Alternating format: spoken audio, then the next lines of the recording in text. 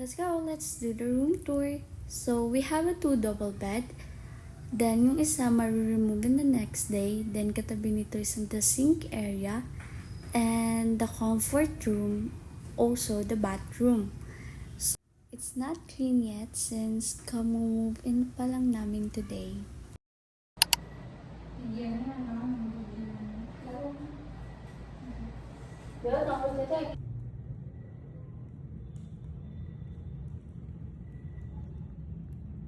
Kaya mahal. Tayo? Metal?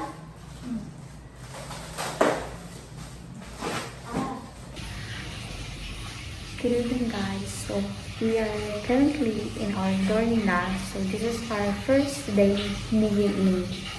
Because no last week, chinek namin itong room for approval and everything for finalization.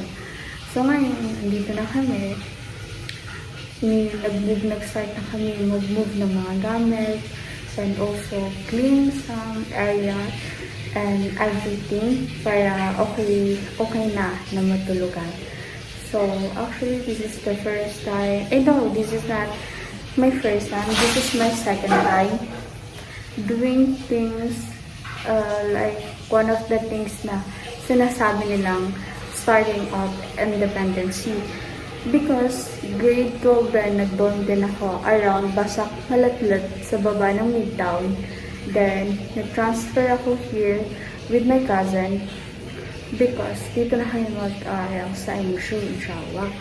So, why I'm covering my face because I'm not confident with my tricks right now. Feeling ko na sobrang tricky po. So, yun. Nag-move in kami. And guys, you know what? Nasa 4th floor kami.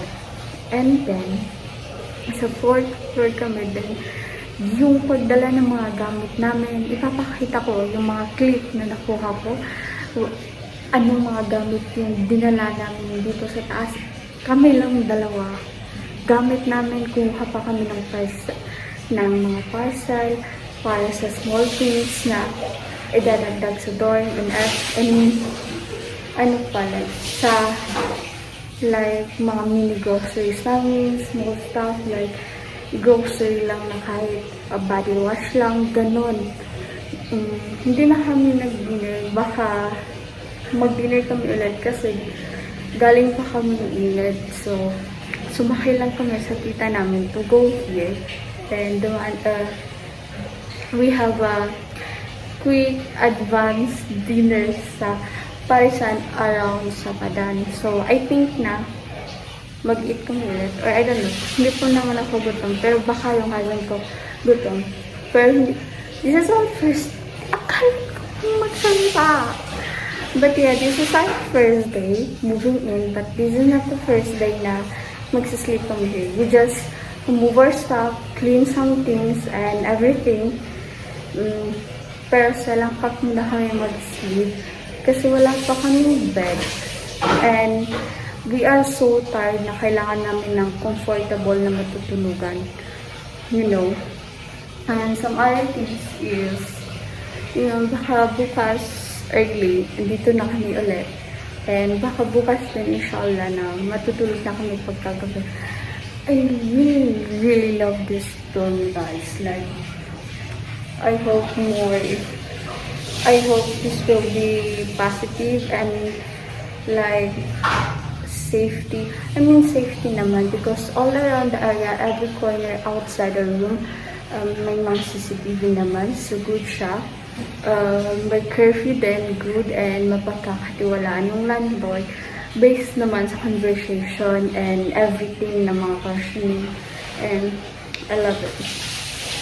Naliligo po yung cousin ko. So, that's my quick intro and magdadagdag lang ako ng mga clips for what we did. Ano ba yung pinamili namin? I think hindi ko siya na-clip kasi lobat na yung phone ko. Pero nakikita naman kung ano yung some of our struggle. Pero nung lumabas kami to buy many groceries and even yung palanggana na maliit is hindi ko na-videohan. So, very funny pa naman kasi na we are nagsa-struggle kami but ina-out na lang namin in a funny way para hindi namin masyadong dama yung struggle. Kasi 4th floor then up to here. So that's all my intros. I put some clip.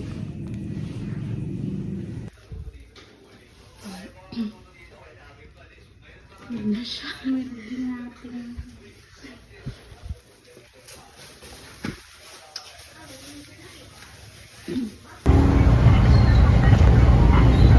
Wow!